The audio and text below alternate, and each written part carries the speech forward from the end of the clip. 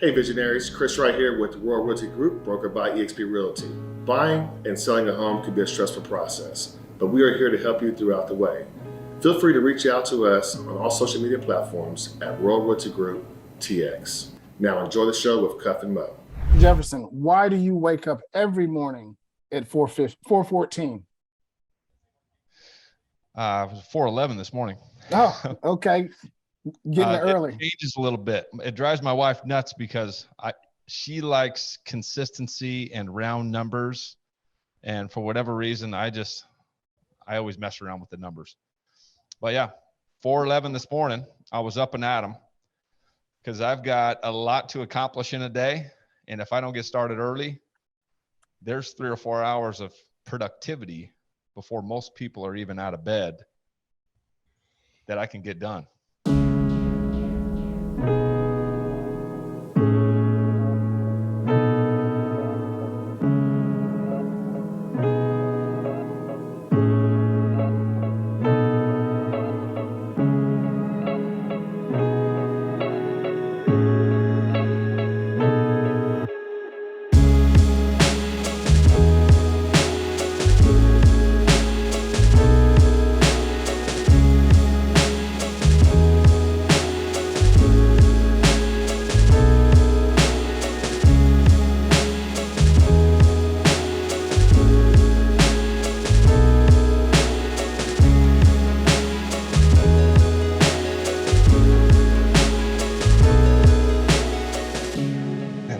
I got a nice hour and a half gym session done. We beat the legs up a little bit.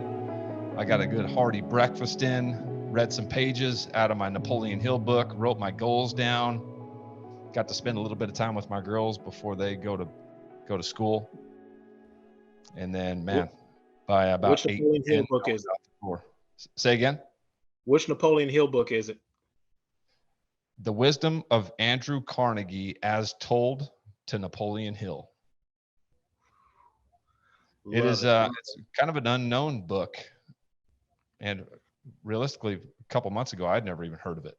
And I thought I read all of his books. And then a friend recommended it to me. I was like, you got to be kidding me. I thought I read all of his books. That's a new one. But it's a great book. There it is. There it is. Welcome back to the Vision Lab podcast. I'm your host, Ryan Cuffey, alongside my co-host, Mr. Ryan Mosley. The Vision Lab podcast is the official growth mindset podcast for all visionaries worldwide, showing mad love to the cigar community.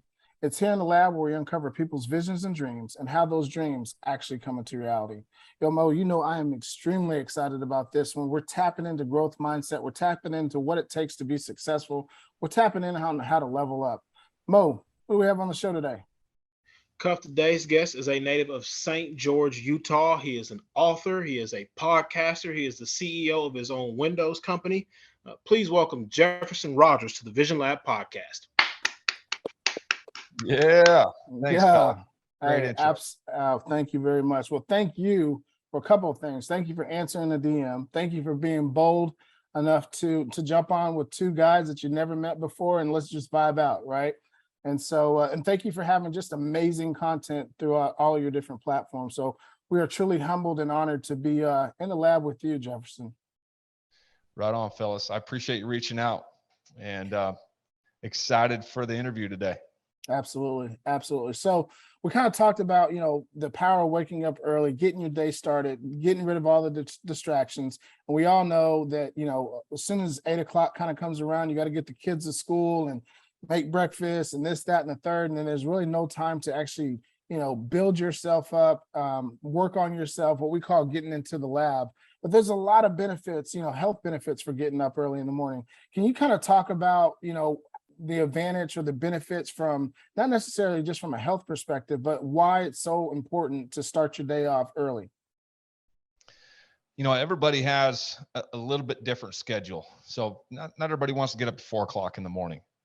But for me, as part of my regular routine, for me to stay on top of my game physically, mentally, there's a couple hours in the morning before anything else is going on that I know that I've got some time that I can carve out to get my physical activity done and to get my reading done and to get my goals done and to get a little bit of meditation out of the way. Because I got a wife and 3 kids, And Yeah. come 8 o'clock, there is no quiet time. There is no extra moments that I have to do what I can do between 4 and 8 o'clock in the morning. Yeah. So, it hasn't always been like this. At one point, it was a stretch for me to get up earlier than 9 or 10 o'clock.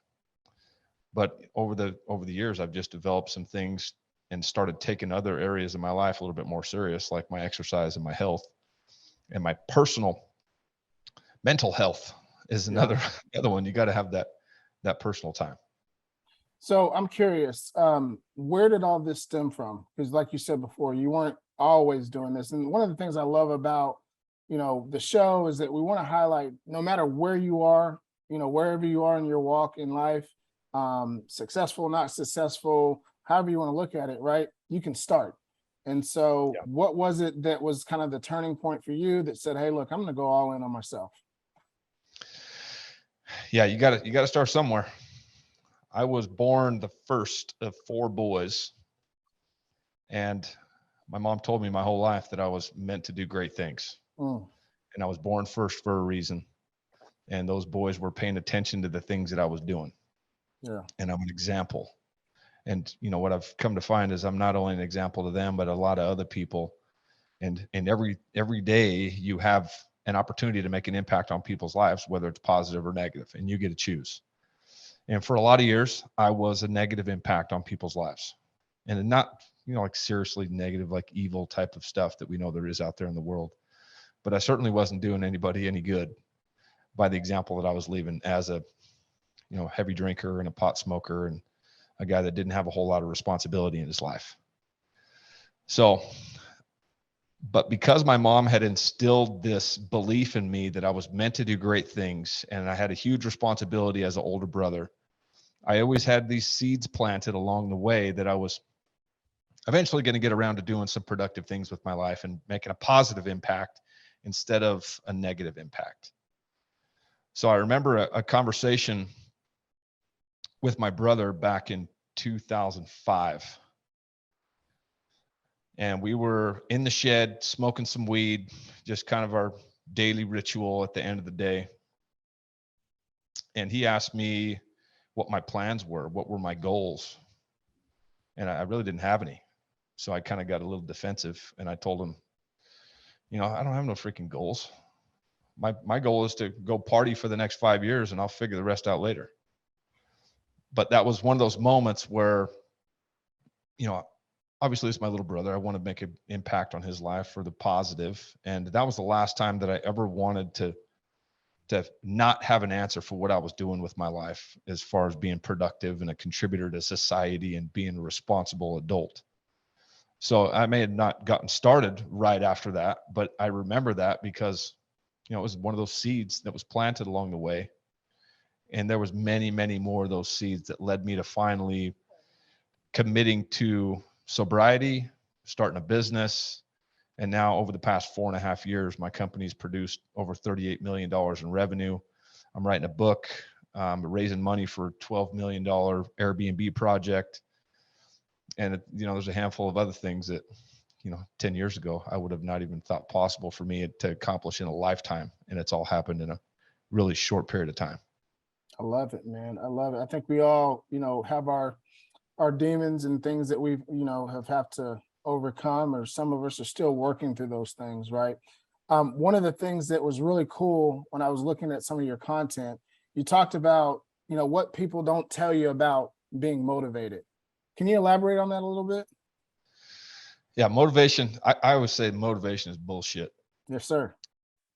It's, people talk about it a lot, inexperienced people, because it's this popular word that's used and thrown around.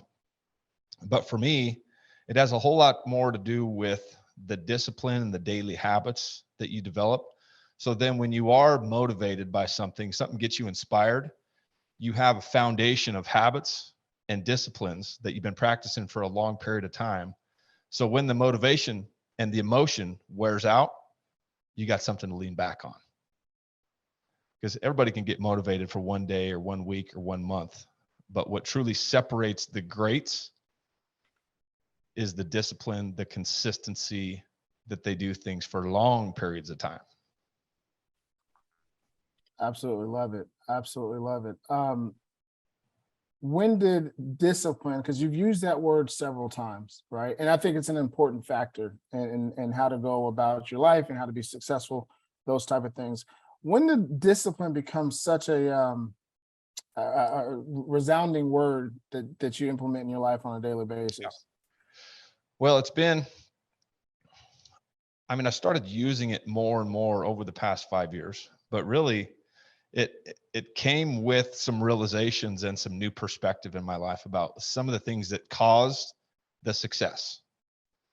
So for me, I was at a place in my life that I was sick and tired of being sick and tired. I knew that I didn't want to continue down that path and repeat those patterns. So something had to change. And I got involved in a mentor program, and some of the daily activities that were challenged to us were these things that helped me develop discipline. And it was, wake up early, get a workout in, read my pages, write my goals down, get out of obscurity and start posting about my journey. And I didn't do all those things right out the gate consistently. It took me time to develop the discipline that was necessary to consistently do each one of those things. Yeah. So now looking back at, the progress that I made early on, it's hard to duplicate because I was so green and I was so raw that I made a lot of progress fast. And then you go back and look at some of the contributing factors and starting to develop discipline and replacing my bad habits with good habits. It's just significantly changed the trajectory of my life in a very short period of time. One of the other big contributing factors I think we'll probably talk about is mindset and belief. Absolutely. But the discipline, after years and years of doing this, my discipline is at an all-time high because I've been practicing consistently for 4.5 years, a lot of these different areas, and adding more and more and more as I have more bandwidth to take on more challenges. But that's one of the biggest separators that I see in successful people and entrepreneurs and business owners is the discipline that they have applied to their lives over a long period of time. I love this conversation. I love the track that we're on. There's a book, and I'm sure you've read it, Darren Hardy, The Compound Effect. Yep, love that one. It speaks exactly, almost verbatim about what you're talking about. And then earlier you mentioned Napoleon Hill. So Mo and myself, we're pretty big readers too. With Napoleon Hill, Think and Grow Rich, he talks about being intentional, right? We all know that thoughts become things, and there's a certain level of steam that's built up when you're being intentional. And it's very interesting that, like you said before, hey, I was green, I didn't know what I was doing, but I just was kind of curious your level of intentionality in trying to quote unquote repair your life or get back on the track that you want it to be on. Yeah, I struggled with addiction for a lot of years. And it was, I'd never turned into anything serious as far as like the hard drugs, even though I tried a bunch of stuff along the way. But what had happened was at that time in my life, I was ready for a change. I got introduced to somebody at the right point in my life when I was just at an all-time low. And then that same addictive energy that I gave so much energy to drugs and alcohol for so many years, I just kind of shifted it and started pointing it in the direction of productivity and growth and, the possibilities for my life and my income and the lifestyle that I wanted to have. So it was, coming to some realizations for myself that I no longer wanted those things that I had been repeating to be acceptable.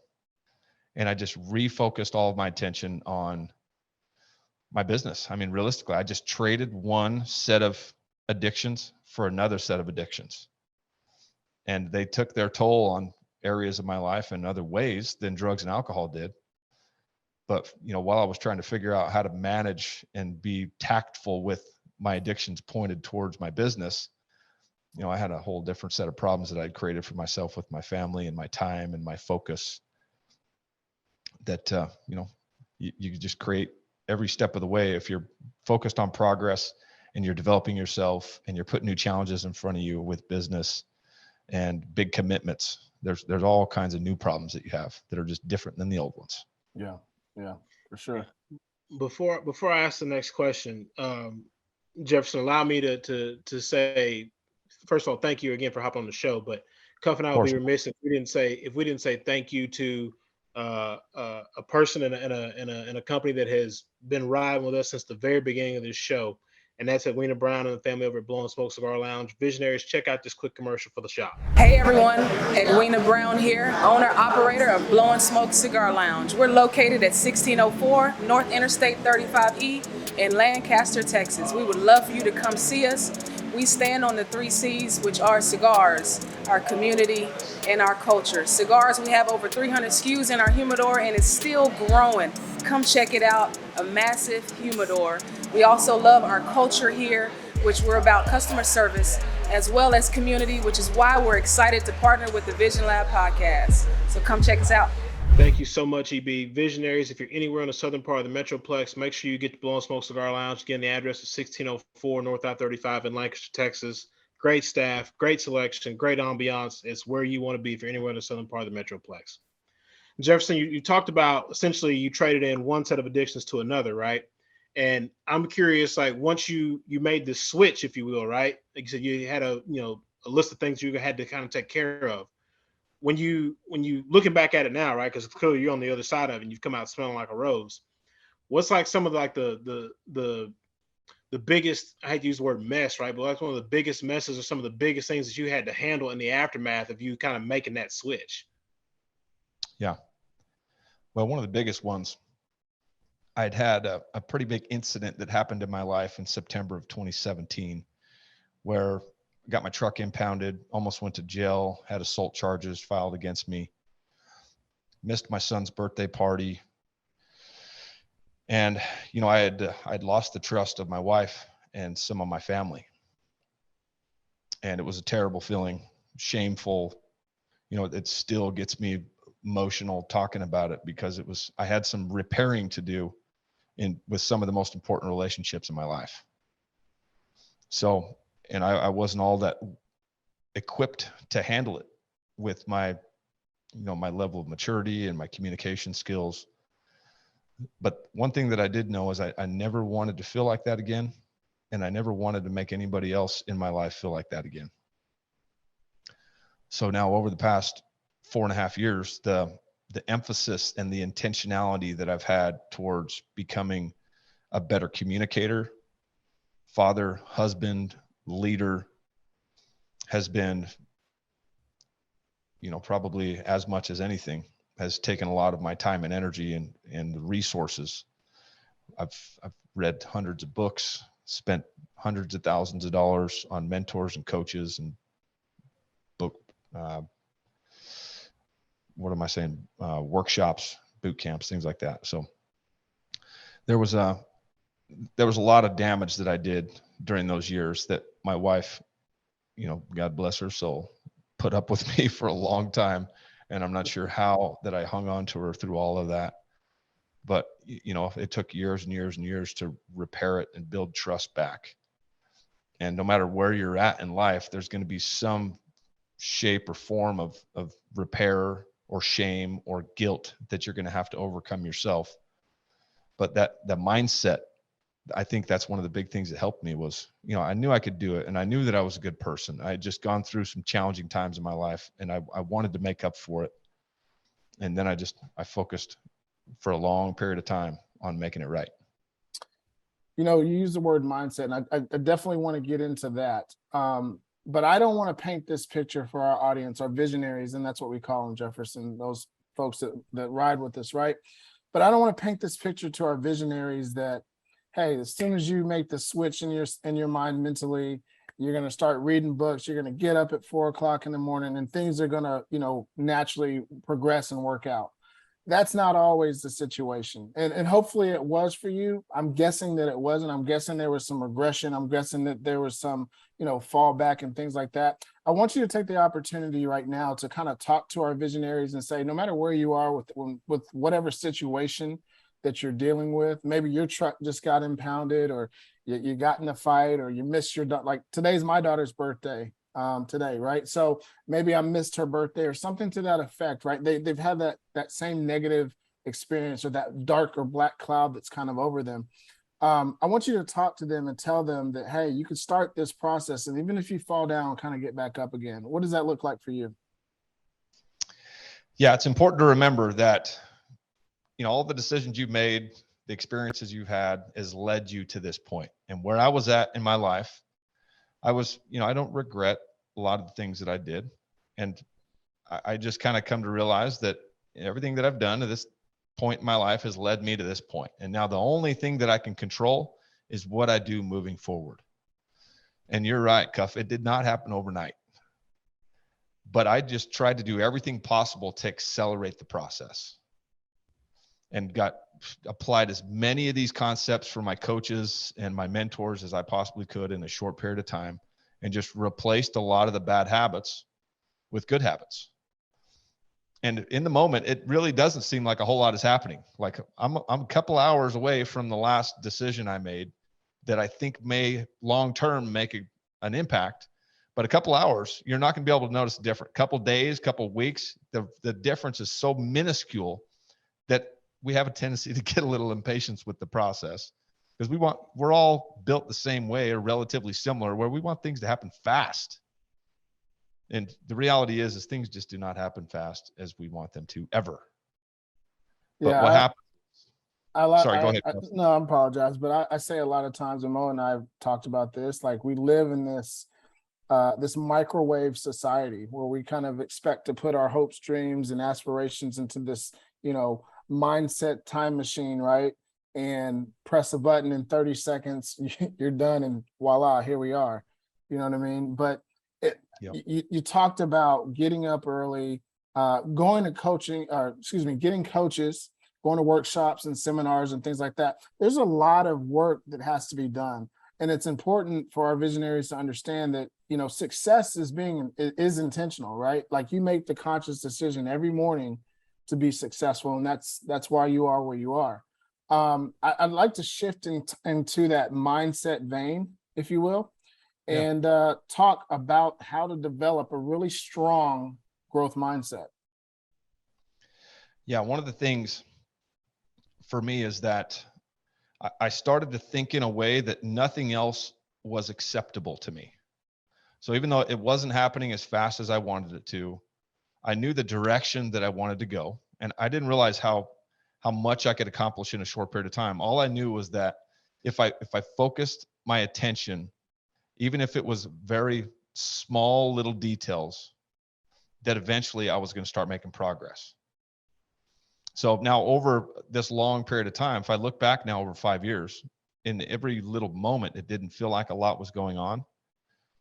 But I look back over the entire 5 years since I started this journey, and it's incredible the amount of progress that I've been able to make. We're talking about having a growth mindset. And I mean, obviously, we've known each other for, 30, 40 minutes now at this point. But I mean, this whole thing started, one day when Cuff said, hey, I want to talk to you about some stuff. And, we sat and smoked cigars for like four hours one night, and the show was birthed.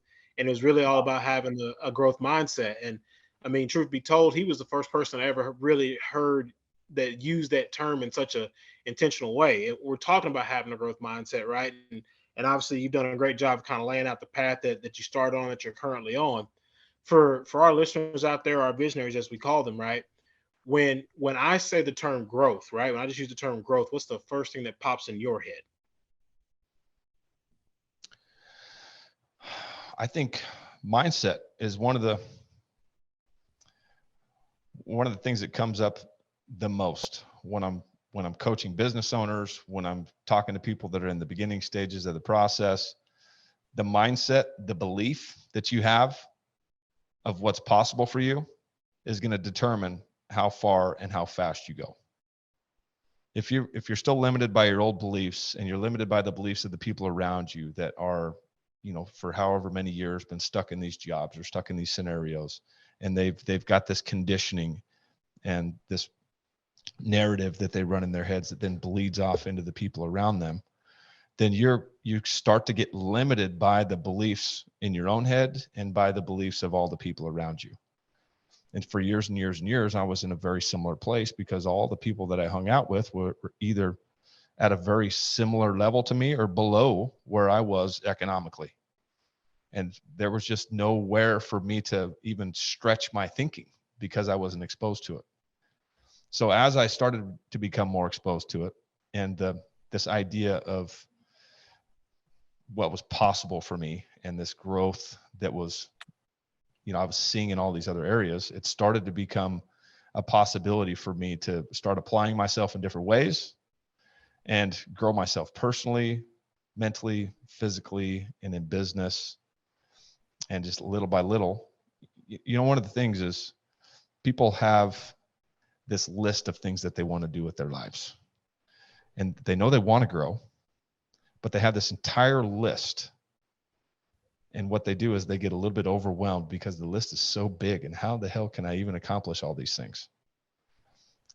But the trick for me has just been like prioritizing things without even realizing it. It's just like, what can I do today that can help get me closer to my goal? And I don't have to do them all in one day or even 1 week or even a month. I still have a ton of things that I haven't even had time to do in the last 5 years, but I've done enough of the little things consistently, one at a time, and implemented those things into my life that it's produced an incredible amount of progress and productivity. So the trick is, for all you visionaries out there, is don't get overwhelmed by the gigantic list of shit that you want to do. Just pick a couple of things that you can get started on today, even if it's just one. I absolutely love that. I told you guys kind of offline, I was talking to Chris Doris, shout out to Chris Doris, but I want to throw this at you, Jefferson. I want you to fill in the blank. It's super easy, right? Yeah. All right. So we're talking about really changing that mentality. And one of the ways that we can do that in the moment and getting started right now, fill in the blank for me. Create the state, don't. Create the state. Yep. Create that emotional state. Don't. Man, I would say don't overthink it. That's it. Don't Yeah. overthink it. So I love it. I love it. And Mo will tell you, like, I am, the king of this. Like I habitually like to overthink things and because I want it all the way down to the brass tacks and I'm going to work it back up. Right. Yeah. And I've got to have my partner there, push me off the ledge and say, let's just build the parachute on the way down. And we've done that in so many different areas of our personal lives, our business lives, and obviously with the podcast. But one of the things you were talking about just now is not waiting. How crippling is that waiting for the perfect moment for most people out there? I would say one of the biggest contributors to people staying average and ordinary. I know some incredibly intelligent people that have just never gotten around to doing anything with it because they have this habit of overthinking things and they want things to be just right. They want it all to be broken down so they understand what the steps are to help them get from point A to point B. And the reality is, if you look at a consistency with any entrepreneur or successful business person, is they do the exact opposite. They build the parachute on the way down. They got a general direction, they got a goal, they got a target, and they figure the rest of that shit out on the way there. No true words have ever been spoken. Yeah, hey, so you're speaking my language because he's right? And it's the yin and the yang, and it's why our relationship works though. Like, he is very analytical, and I'm very much like, okay, give me the cliff notes, give me the concept of what it is supposed to be doing, and then we only got so much time to try to figure out all the details. Like, we got to go at some point. And I'm learning this in my own business life right now. Like, I've got plenty of the details, but like literally I've got a giant poster in my man cave right now about what the targets are. And when I first made the poster, did I have every single detail of the exact steps? No, I didn't, but I knew exactly where I was trying to go. And so you've got to start the car at some point. And like you said, as far as like you make this list of things and you're like, wow, there's a lot of stuff I'm trying to get done. And my thing is, I try to go to bed every night with forward motion on whatever it is I set my mind to that day. Now, some days, you might take one step forward. Some days you might take 5 or 10 steps forward. But my thing is just constant forward motion every single day. And eventually, like, you will get to where it is you want to be. And it's not to say we don't experience ups and downs, but as long as you've got that mindset, and like you said, you're up at 4:14 every morning. Except for I'm this the morning, 4:11. Well, yeah, excuse me, 4:11 this morning, but I'm the first one up in my house every morning. I'm the last one to go to bed. And when I wake up, my wife looks at me like I'm a crazy person because as soon as my feet hit the floor, I'm 1,000 miles an hour. So you and I definitely speak the same language, Jefferson. I really appreciate it. Absolutely, man. Yep, So- we are a rare breed, but we were put here to make an impact, and you can make a small impact or you can make a big impact. And I just choose big. Speaking of big, the mindset that you have to have is really, I'm going all in. And what an interesting set of words, right? When I say all in, that phrase, what does that mean to you, especially right now? This is a reoccurring theme in my life. And before I'd ever really put any thought into it, I've just got this tendency to put my mind to something and block out all other distractions and go all in. So when I started my business, I was scared. There was a lot of uncertainty. I'd never ran a business like this before. I'd never done anything at this scale, but I knew that I could do it. And I had a great support staff, and my wife was incredible. I was doing it for me selfishly because I've had big goals for myself, and the other company that I was working for had developed in a different way than I had saw, and there wasn't a whole lot of opportunity going forward for me. So when I decided to do it, there was only one way, and that was to go all in, feet first, with all the uncertainty and all the things that I didn't know about. I was going to do it anyways, and I knew that I could figure it out. And that's, in the process of doing that, with all the philosophies, the methodologies, the mentality, and the little steps that I've taken to get to this point, I got a ton to share. So over the past couple of years, I've been doing a lot of just free content out there on all the social platforms. And over the past couple of years, I've been working on writing a book as well. Yeah. Oh, really? Yeah. So I'm excited for my book to come out end of the first quarter in 2023. It's called All In: Get Unstuck, Accelerate, and Go Further, Faster. And man, I've done some blood, sweat, and tears into getting this book done. And I got some high hopes for it. It's going to be a Wall Street Journal bestseller, Amazon bestseller, and it's going to make a big impact out there. Well, let me tell you this, on behalf of the TheVisionLab podcast, we don't believe in, just giving stuff for free. I'm going to ask a favor of you, though. We're going to purchase the book, but can you please autograph it to both of us? Absolutely, bro. You'll be one of the first ones that get the book sent out. So excited about it. And so let's talk about All In, the book. What can our visionaries, what can your audience, what can everybody expect to read in this book? Well, some of the stuff we've been talking about here, but there's some good experiences, good lessons that I've learned along the way that, from my experience working with coaches and consultants and mentors and reading books, there's a lot of things that you don't have to learn the hard way. And Napoleon Hill, as relevant as his books are still, damn near 100 years later, mine are going to be a little bit more real time, in the 2020s, real life scenarios about how I went from basically being the guy on the couch at an all-time low in my life, dealing with addiction, drugs and alcohol, to over a very short period of time being the CEO of an 8-figure window business, and on track to, within the next couple of years, have a 9-figure exit.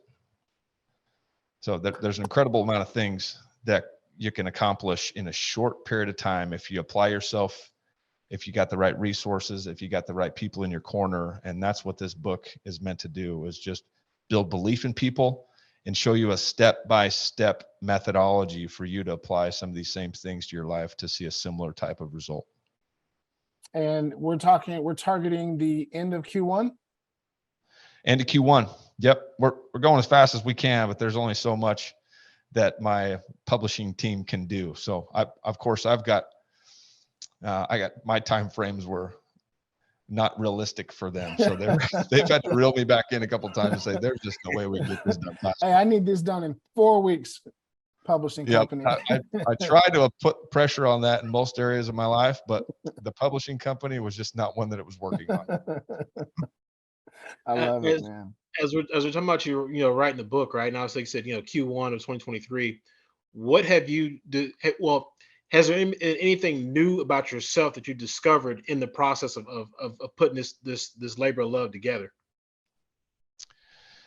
I wouldn't say necessarily new, but it has definitely brought some perspective about I haven't taken a whole lot of time to celebrate all of the wins. And when I think about where I was 5 years ago, I was broke, living paycheck to paycheck, dealing with drugs and alcohol. My marriage was in a really tough place. My relationship with my kids was pretty non-existent because I was so focused on all these substances in my life, and they were taking so much of my energy that, over this last 5 years, there's been some incredible progress made, some big wins, the business, the company, myself as a leader and a communicator and a father and a husband. I could barely recognize myself 5 years ago. So that's one of the things. I had somebody from the publishing company ask me what it would take for me to sit down and really have a feeling of accomplishment and like we did it and feel great about the book. And it was the first time really I've ever had anybody ask me that question, and I didn't know how to answer it because it's just really hasn't been something that I've done a whole lot of. So, it's helped me come to some realizations and reflect and enjoy the process a little bit more. I'm thoroughly enjoying this interview. I want to speak to those that have been inspired by your words. Okay. They're fed up with kind of their current situation, or that they know that there's greatness that lies within them. Right. And they've been inspired by you, Jefferson. And now here's the first step, right? They go out and, eventually they purchase your book. By the way, guys, make sure you get to Amazon and every, Barnes and Nobles, everywhere you can get the book. But how do they get started? You got to start protecting your environment. There's a lot of things that I've done that you'll learn about in the book that have led me to this point. One of the most important was starting to really pay attention to what I was allowing into my environment. The negativity, the social media, the people, the news, the music. We all love music, and we all love these people in our life that maybe aren't the best influences or the most positive people. And for a period of time, I realized that there was some people I was going to have to limit my time with. There was some music that I was listening to that was a lot of negativity and a lot of stuff that I just hadn't been aware of before learning some of these principles, that it wasn't serving me anymore. There was social media, there was news, I was all wrapped up in like elections and things like that.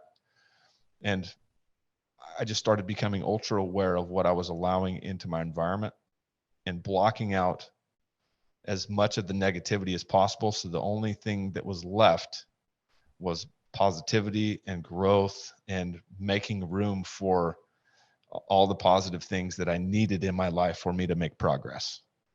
So, and you could count one of a dozen other things as a first step, but that's one of the most important, because I know so many people listening have a lot of these things in their life that are holding them back, and they don't even realize it. It's very true. I mean, we author our own lives, and a lot of that comes from what we're absorbing consistently, whether it's through relationships, the music, whatever we're downloading mentally, a lot of times we're outputting, in our day-to-day lives. And so I think that's, very, very sage advice. And I think it's really cool because I've noticed, and the people that we've talked to on this podcast, we're 165 or so episodes in. I don't remember now, but, if you're willing to put in the work for a short period of time, in the grand scheme of things, right? Couple of years, I mean, it can change not only your life, but your kids' life, your kids' lives. And it seems to me Jefferson, that, we're talking 3, 4, 5 years, and that's not a ton of time to really just dive deep into yourself to get the reward that can last, like I said, generation upon generation after you. Exactly.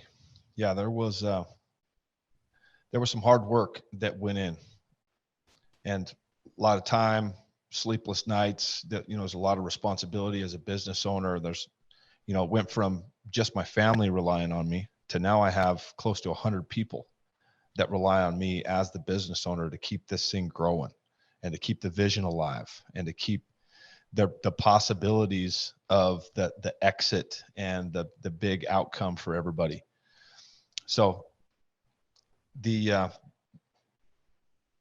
what most people do is they hang around a bunch of people that are at or below their level, doing average and ordinary things, and they get stuck in these patterns of repeating these things that aren't going to produce all that greater results.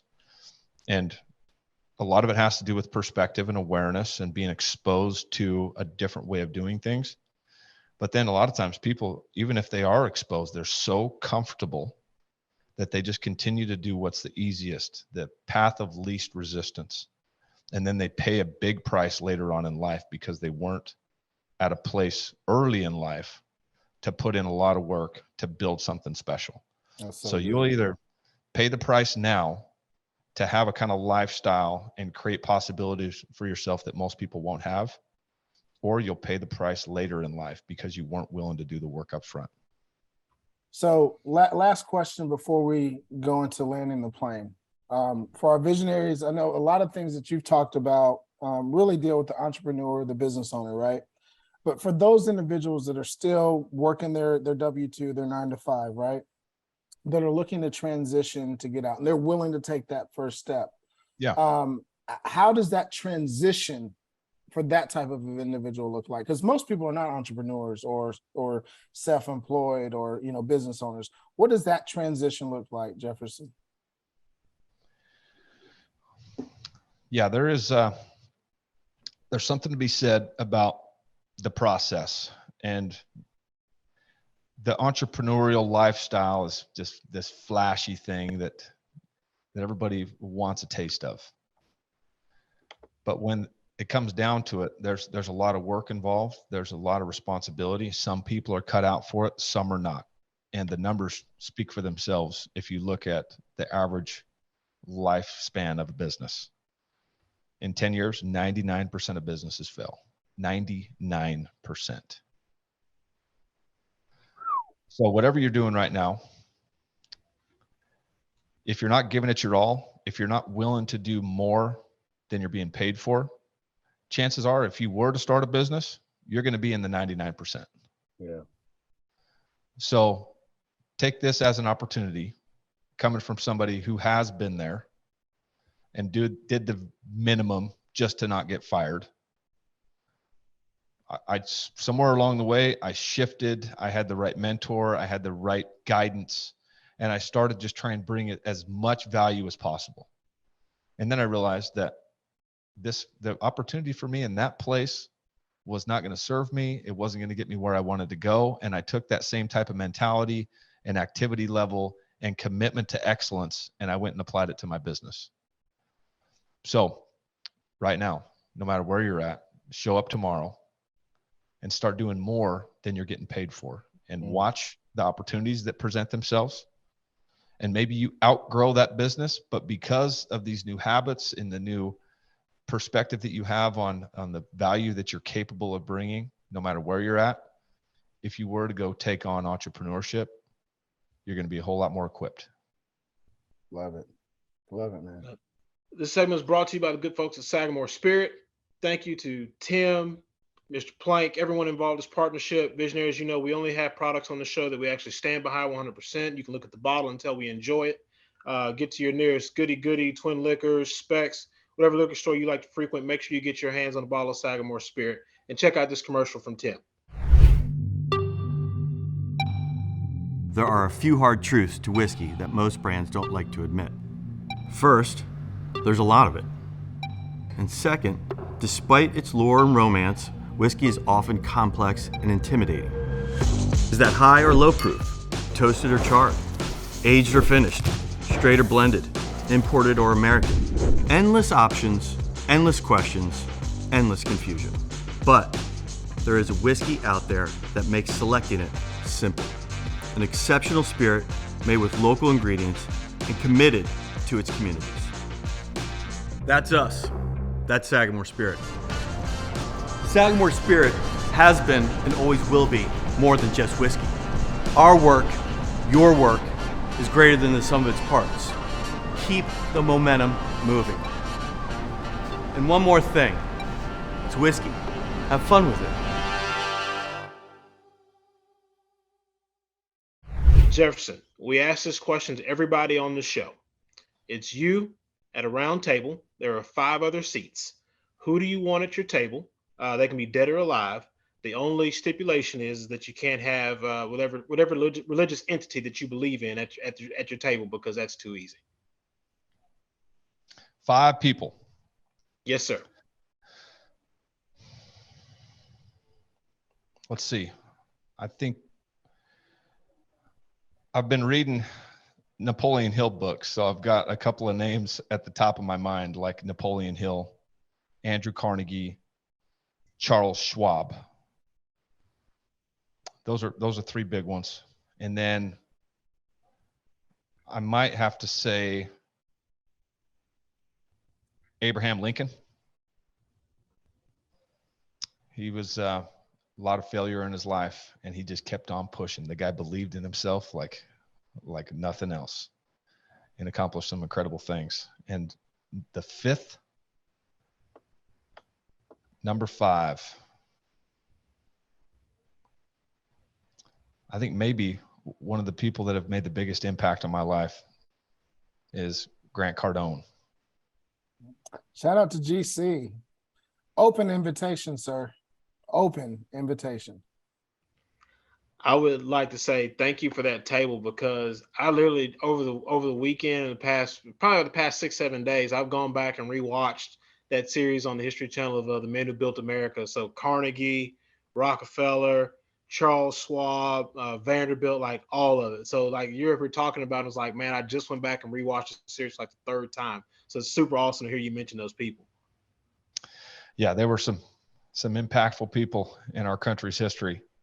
And that Charles Schwab, he's got an incredible story, starting from the bottom in one of Andrew Carnegie's businesses, and a shining example of doing more than he's getting paid for, and the incredible things that were produced in his life because of it. Amen to that. Amen Absolutely. to that. Absolutely. So I know you mentioned reading a lot, and obviously Napoleon Hill. Have you read Mo, what's the book that you told me about? The Power of Awareness with Neville Goddard?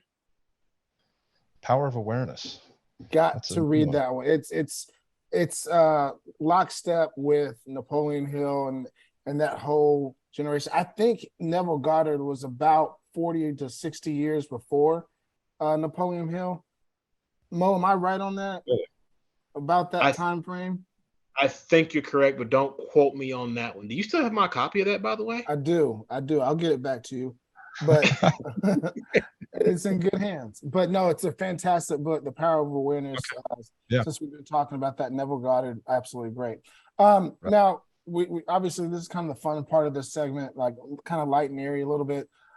Before we finalize landing the plane, Jefferson, I want to give you the opportunity for any visionary. And by the way, if you're still tuning in, make sure you like and subscribe to our channel. Make sure you like the video. But Jefferson, go ahead and drop your social media handles and how anyone can get a hold of you. Yeah, the best place to get a hold of me is on Instagram at Jefferson K. Rogers. I've even got my cell phone on there, and love helping in any area of life, whether it's fatherhood, marriage, addiction, business.